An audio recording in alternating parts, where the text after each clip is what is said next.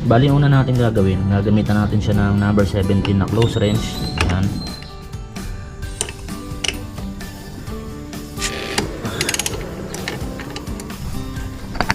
Yan.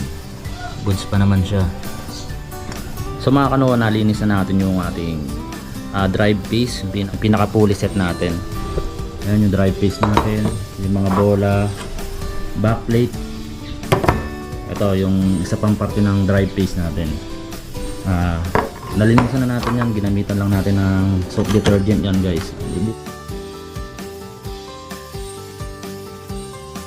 So good morning sa inyo mga kanoa, at bagong gising lang tayo ngayon. Nandito tayo sa garahe. Bali kasi may nararamdaman tayo sa panggilid natin, at saka siguro ito na rin yung time para mag maintenance tayo. Natanggalan na natin yung mga tornilyo. So bali yan na siya. Natanggalan natin yung cover ng air filter, ng crankcase, yung mga tornilyo. Ayan, iniwahiwalay ko na. So ito yung mga tools na ginamit ko. Ang hindi na lang natin nababaklas, yung mismong CVT at saka yung torque drive. So ayan yung babaklasin natin. At saka ito, 3 months na yun nakalipas yung pinakahuli nating maintenance sa panggilid natin. So babaklasin ulit natin ngayon para i-check kasi talagang may nararamdaman na ako. So bali, una natin gagawin, gagamitan natin siya ng number 17 na close range. Yan. Tapos rito ay 24. Ito muna ang pinaka pulley side.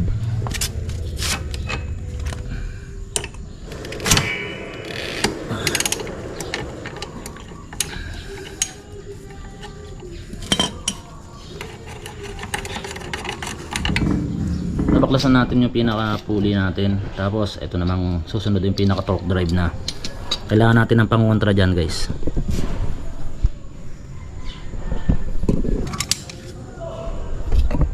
Nauluwagan na natin yung mga tornilyo ng ating torque drive at saka pulley drive. So tatanggalin lang natin, i-disassemble na lang natin siya. Bali, uhugutin lang natin yan tsaka to, para makita natin kung ano yung naging problema, bakit maingay yung panggilid natin. Tanggalin lang natin yung nut na to. Kapag magtatanggal kayo ng mga pulley, tandaan nyo kung ano yung unang tinanggal nyo para yung pagbabalik hindi kayo maligaw. So syempre ito una yung pinaka nut. Pag natanggal nyo na, huliin nyo yung sunod yung drive piece. Yan, goods pa naman siya. Tapos ilan natin yung busing. Yun, kinakabahan ako rito, kala ko nanikit na eh. So yan, pag natanggal mo na yan, hugutin nyo. Yan, tandaan mo yung washer, may washer muna. Tapos pag nahugot mo yan, mahugot mo na yung buo na drive piece. Yan. Tapos yung pinakadulo, meron pa ulit yung busing tsaka maliit na washer. So yan guys, para hindi kayo maligaw pagbabalik, ganun pa rin. Kung ano yung tinanggal nyo na huli, ayun yung una namang ibabalik. So ito, napaka-importante nyan guys, yung washer na yan, yung harap at saka yung nasa likod, yung paghihiwalay nyan. Goods pa naman yung spline natin, marubi lang talaga. Ang susunod naman nating babaklasin yung torque drive nya. So luwagan lang natin yan, maluwag na yun. Yan, tanggalin mo lang yan. Tapos ihiwalay ulit. Ayan, pag natanggal nyo yung nut, mahuhugot nyo na yan. So yan, ang dumi oh.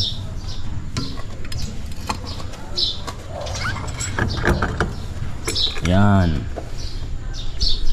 So guys, kasi kung naalala nyo yung pinaka bago magbagyong Paeng, nailusok ko kasi siya sa baha, tapos hindi natin nalinis. So i-check natin at kailangan na sigurong palitan yung mga grasa nito kasi medyo nanunuyo-nuyo na. Lilinisin natin yung panggilid, gagamitan lang natin ng sabon yan. So kahit anong panglinis naman pwede dyan, kahit mga degreaser, kahit yung mga panghugas ng pinggan pwede dyan. Huwag nyo lang gagamitan ng gasolina kasi alam natin pag yung gasolina nilagay natin, lumalambot yung mga goma, baka madali yung mga ano natin, mga oil seal. So yan, parang ano na nga naman, parang nagtatagas na naman. Baka palitan na naman natin yan. So guys, kapag naglilinis ako ng panggilid, so ginagamitan ko lang siya ng soap detergent. Yan. Tapos may binalik ko akong toothbrush. Kasi gaganyan-ganyan lang natin. Pahid-pahid mo lang ng ganyan guys. Hindi mo naman kailangan na basang-basa ngayon guys para lang malinis yan. Ganyan lang. Iwalay na yan.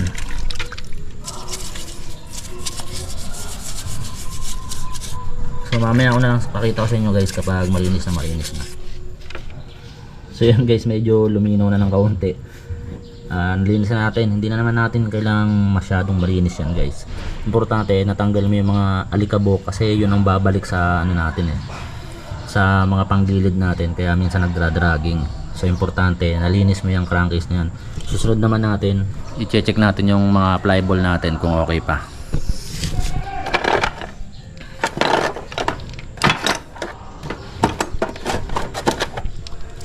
So guys, ito yung 6 na flyball natin na 11 grams. So all goods pa naman, wala pa siyang mga kanto. Yan, maganda pa. Ito yung dry paste natin. Ayan, marami na to. Lalagyan lang natin ng langis mamaya yan. Ito yung back plate. So okay pa naman. Lilinisin lang natin yan. Tsaka itong pinaka dry paste. So yan, marami guys. So goods pa naman yung ating isang set na pulley drive. Bali linis lang ang kailangan nito guys.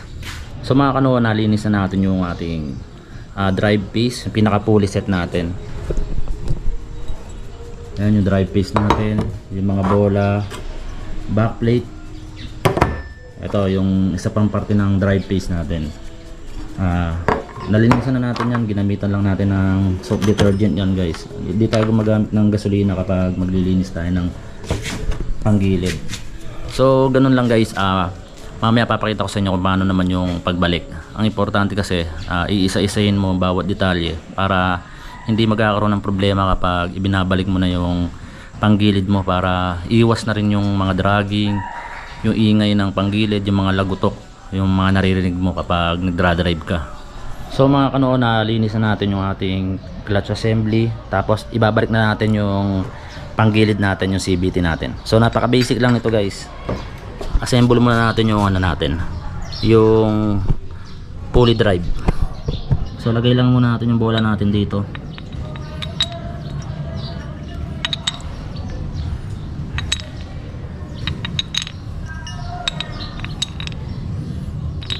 So ayan, nailagay na natin yung bola, tapos yung slider.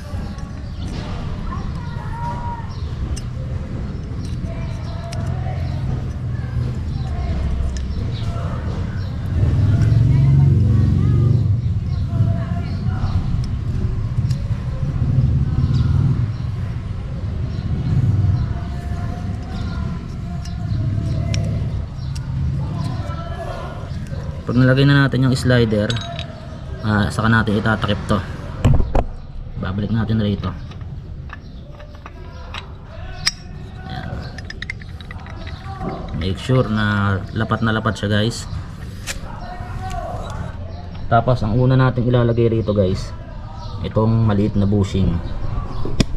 Make sure na meron siyang grasa guys. Lagyan muna natin ng grasa yan.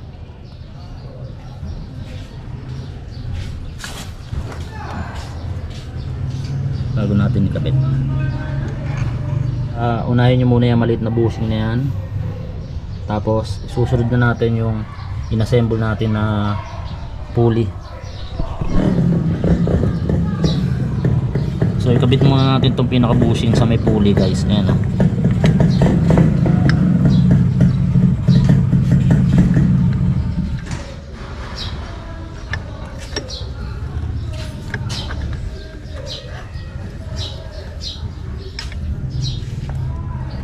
So naikabit na natin yung pinaka-pulley natin.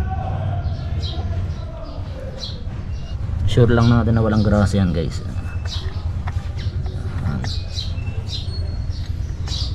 Tapos susunod niyan, ang ikakabit naman natin yung clutch assembly. So guys, ilagay na natin yung clutch assembly natin.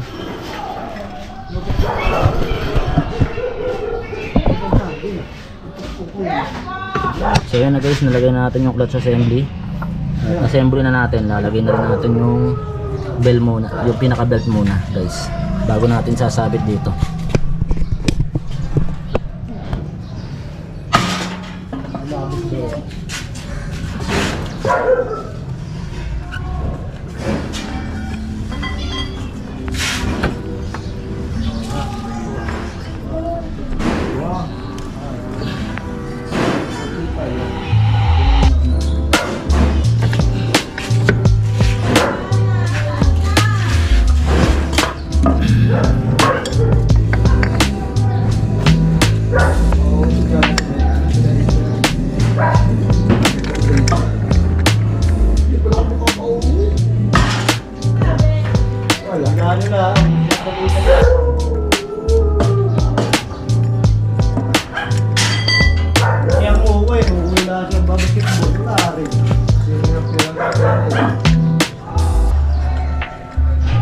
Paglalagay na natin yung mga nut nito para mahigpitan na natin itong torque drive tsaka clutch bell. So gamitan nyo muna ng kamay guys bago nyo higpitan para iwas low thread.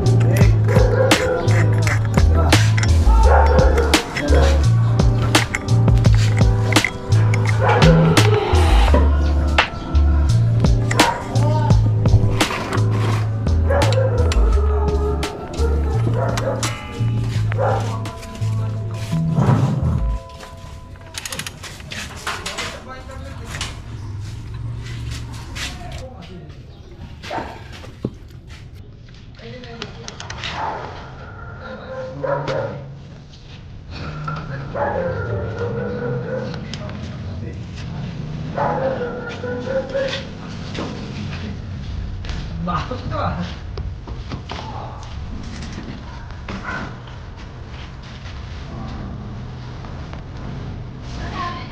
Makakait na ng fruit ng araw. Ano marami? Nakabitan natin ng ano yun eh.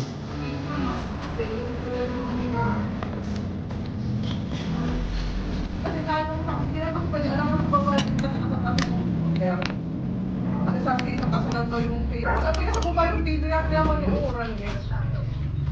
Oo, ba't marunong pa sila, diba? Eh, 300 lang kami na. Ano ba yung kami gano'n? Baka mas marami na sa'yo kasi kung dito ka papadaan eh. Hindi ano yun, masunod ko. Eh, 120 meters lang. Saka wala ka pag sasabitan rin.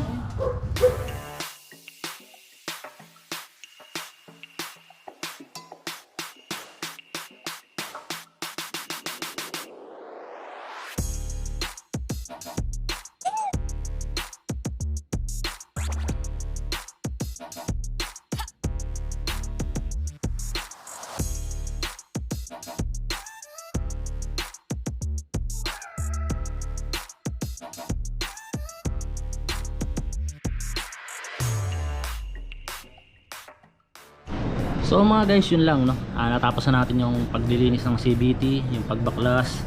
Naikabit na rin natin yung takip ng crankcase. So yan na, naikabit na rin natin yung takip ng airbox. Kung nagustuhan mo yung video ko, please don't forget to subscribe, like and share. So hanggang sa muli guys, salamat po.